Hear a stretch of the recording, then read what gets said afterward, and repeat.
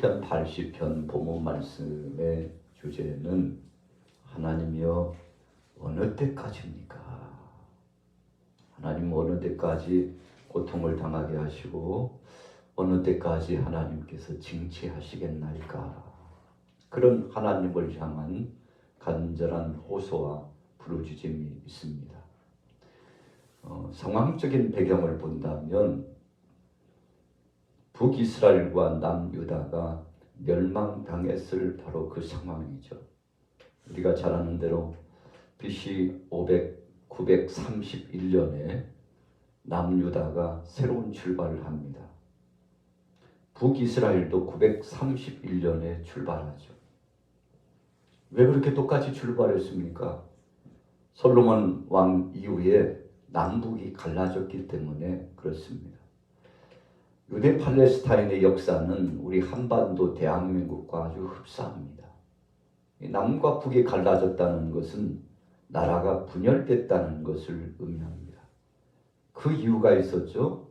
바로 그 이유는 백성들이 하나님을 경외하지 않고 우상 숭배에 빠져서 하나님 없이도 살 수 있다고 생각했기 때문에 하나님께서 택한 백성들이지만 가만히 손을 놓는 듯 놓아주셨습니다. 우리가 사사기의 말씀에 보면 그 시대가 암울한 시대라고 표현하고 있는데 왜 그렇게 암울한 시대가 되었습니까? 백성들이 하나님 없이도 살 수 있다고 생각했습니다. 그래서 저들의 심성은 자기 소견에 오른 대로 결정하고 행동했습니다. 여러분, 아담 이후로 우리 인생들은 안드로포스입니다. 위를 바라보고 하늘을 보고 하나님을 바라보고 살도록 지으셨습니다. 그게 본질적인 것입니다. 그런데 우리 사람이 본질을 떠나서 허상에 사로잡혔어요. 어떤 허상입니까?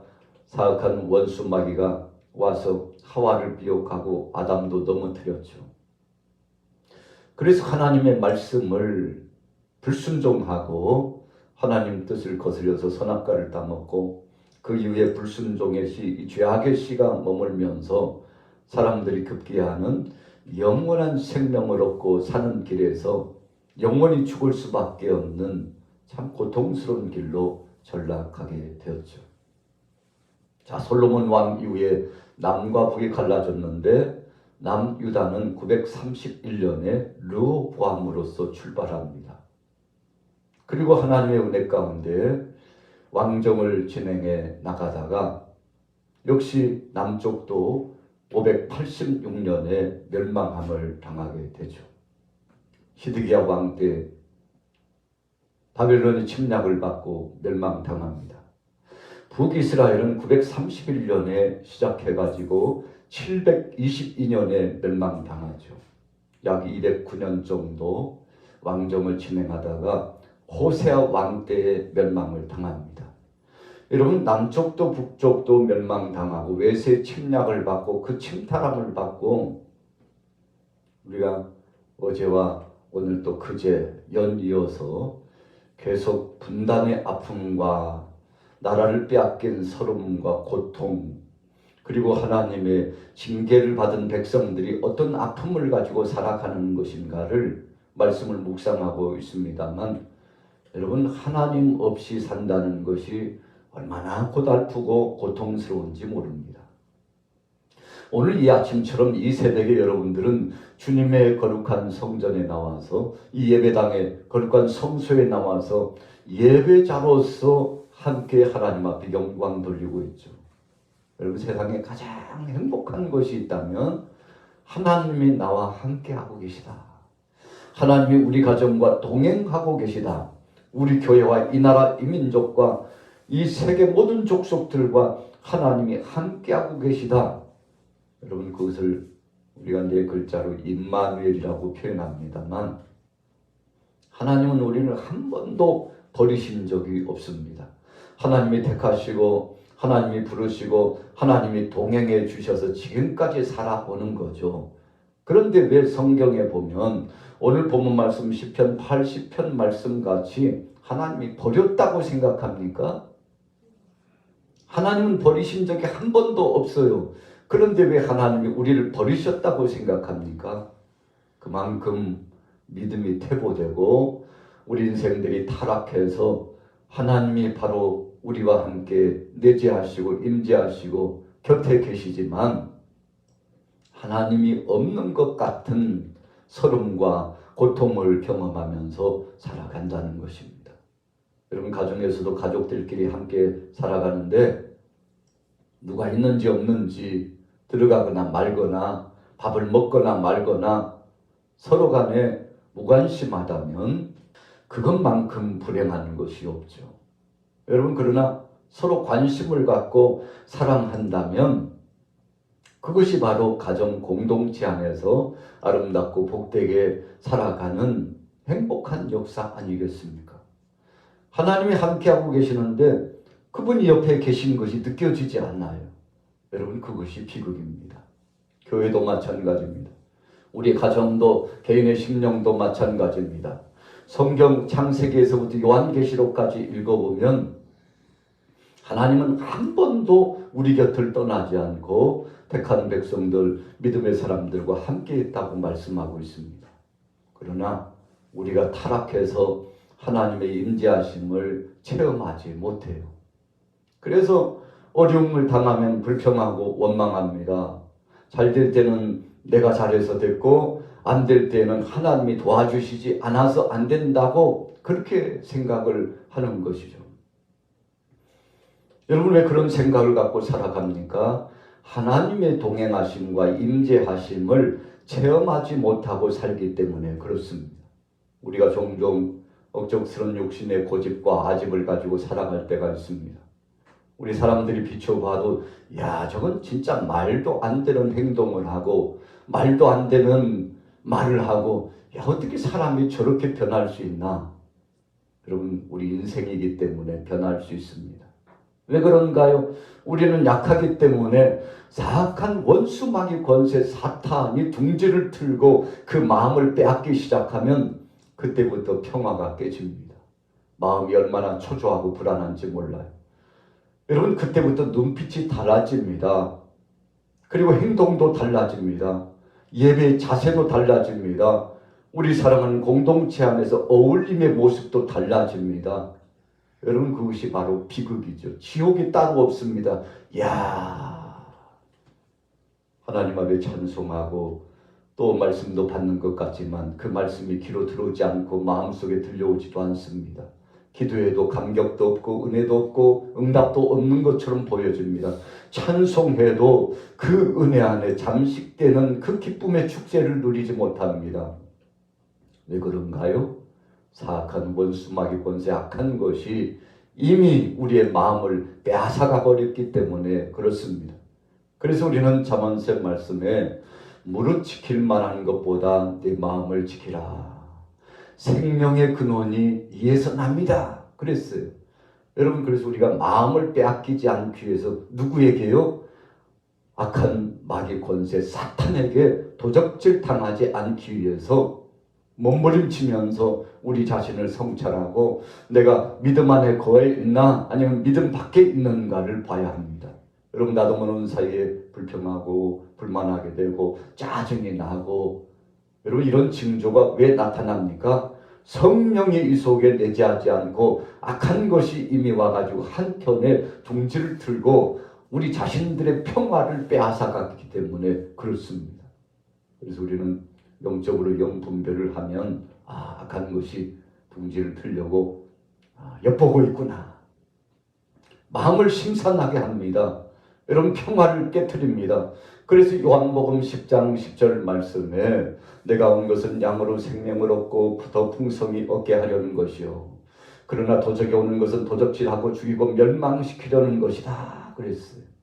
여러분, 가룟 유다의 그의 마음속에 마귀가 들어갔다고 예수님 분명히 말씀했습니다. 어떻게 되었습니까? 그 마음의 평화가 깨졌어요.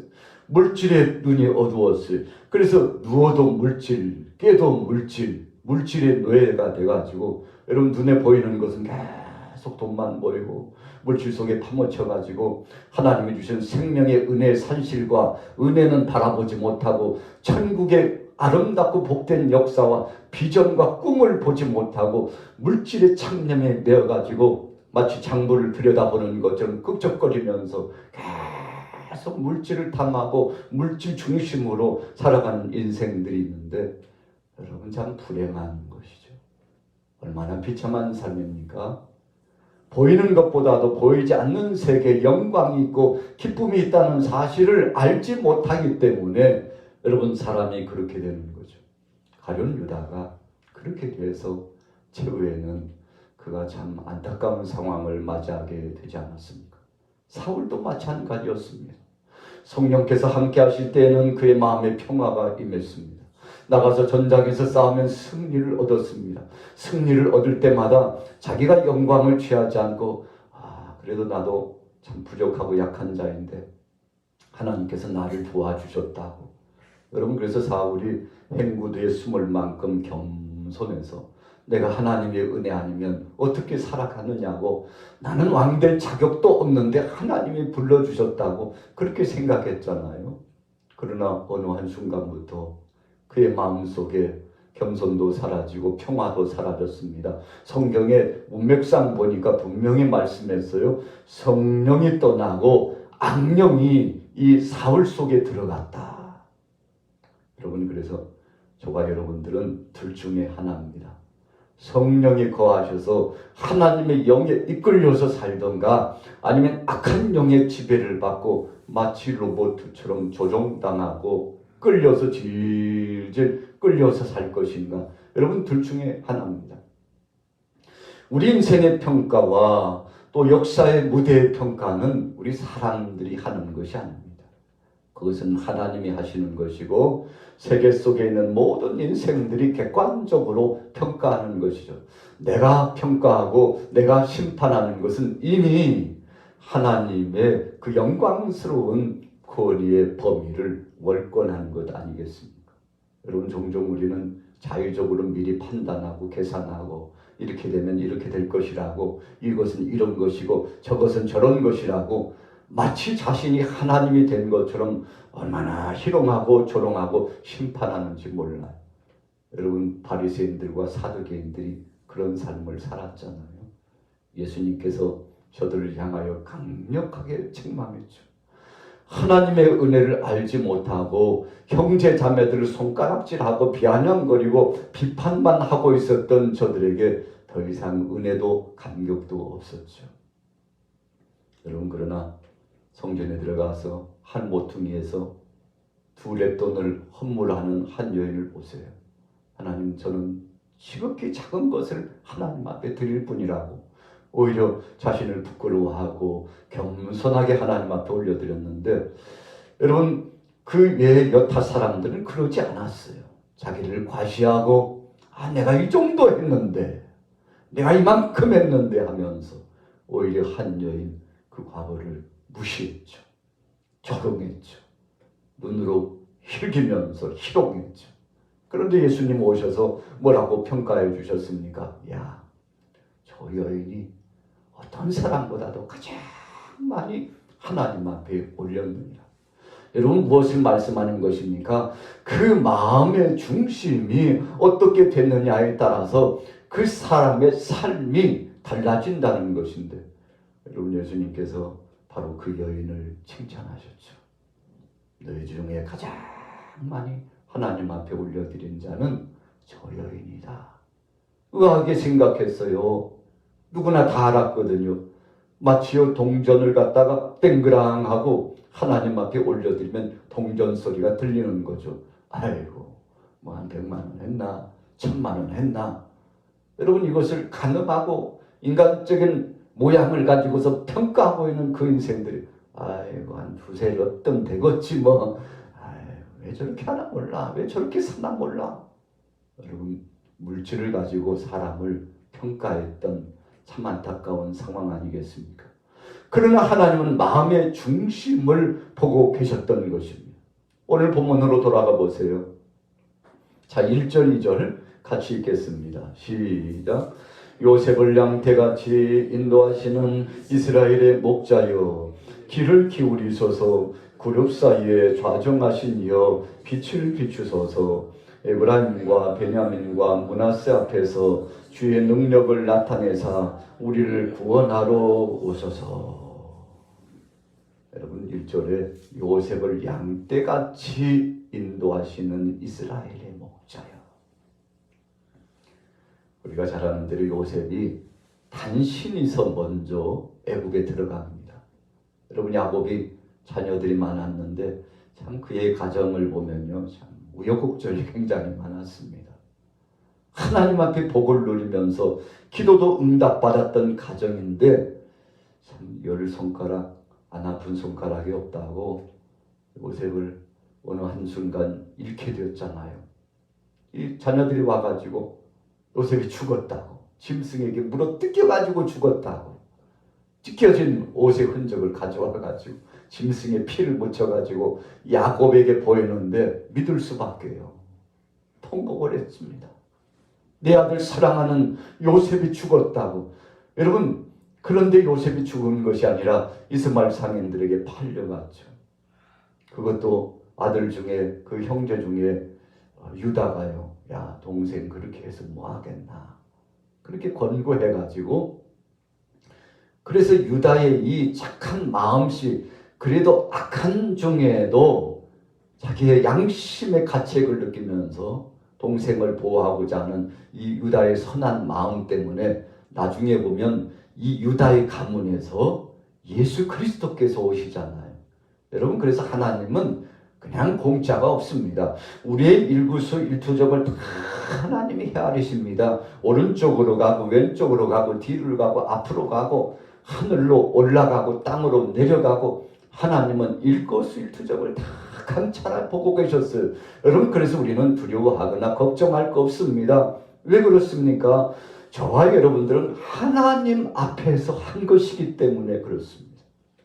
2022년도까지 얼마나 여러분들 수고하고 헌신하셨습니까?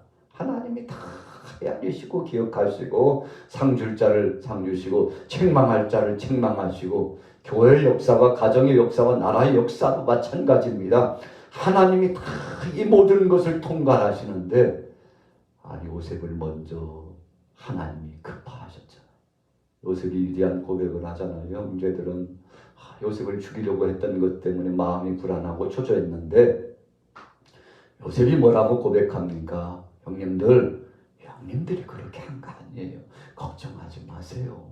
당신들이 그렇게 한 것이 아니고 전능하신 하나님께서 오늘날 만민의 생명을 구원하시려고 나를 먼저 보내신 거라고, 하나님이 하신 거라고.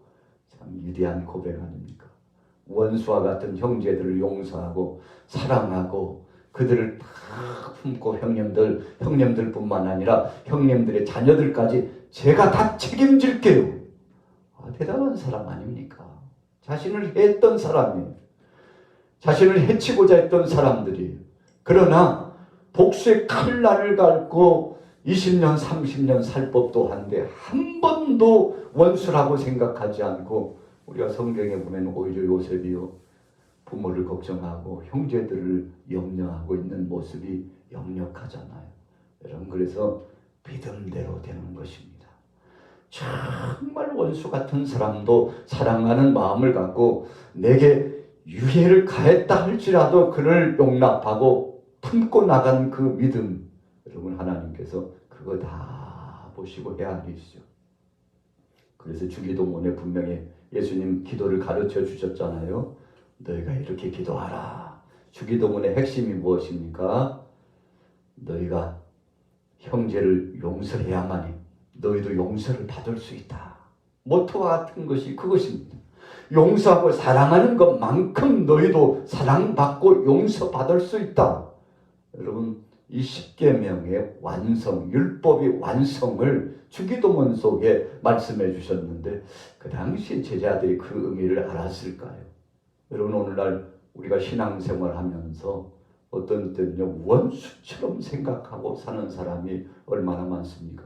오히려 믿음을 가진 사람들이 더 극단한 육신적인 소욕을 가지고 적대적인 감정을 갖고 살아가는 사람이 훨씬 더 많은 것처럼 보이는 이유는 왜 그렇습니까? 여러분, 우리가 뭔가 잘못된 신앙생활을 해왔기 때문에 그렇습니다. 오늘 신앙의 인물 요셉을 하나님께서 축복하시고 돋보여 드러내셨어요. 뭐라고 말씀했습니까? 요셉을 양떼같이 인도했다. 여러분, 그래서 애굽에 430년 동안 산 것도, 또 그리고 60만, 약 200만이 돼가지고 가나안 땅에 들어가게 한 것도 다 하나님이 해주셨다는 거죠. 홍해를 열어주시고, 물이 없을 때는 반석을 쳐서 물을 마시게 하시고, 만나와 메추라기를 주시고, 옷이 휘어지지 않고 손발이 부러뜨지 않게 하시고, 낮에는 구름 기둥으로 밤에는 불 기둥으로 생각하고 보니까요, 하나님이 해주시지 않은 것이 하나도 없어요. 자, 오늘 80편은 과거를 생각해 보라는 것입니다. 다 하나님이 해주셨는데 배은망덕해서 그 은혜를 알지 못하고 마치 내가 잘나서 그렇게 된 것처럼 생각했던 백성들이요, 외세의 침략을 받고 나라를 빼앗기고 70년 동안 고통을 당하면서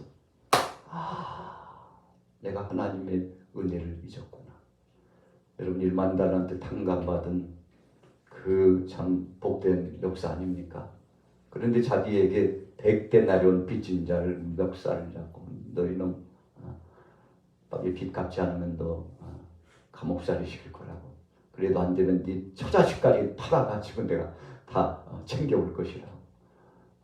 참 1만 달란트면은요 약 16조 원 정도 됩니다. 엄청난 돈이죠. 그런데 100데나리온이면 100만 원 정도밖에 안 돼요.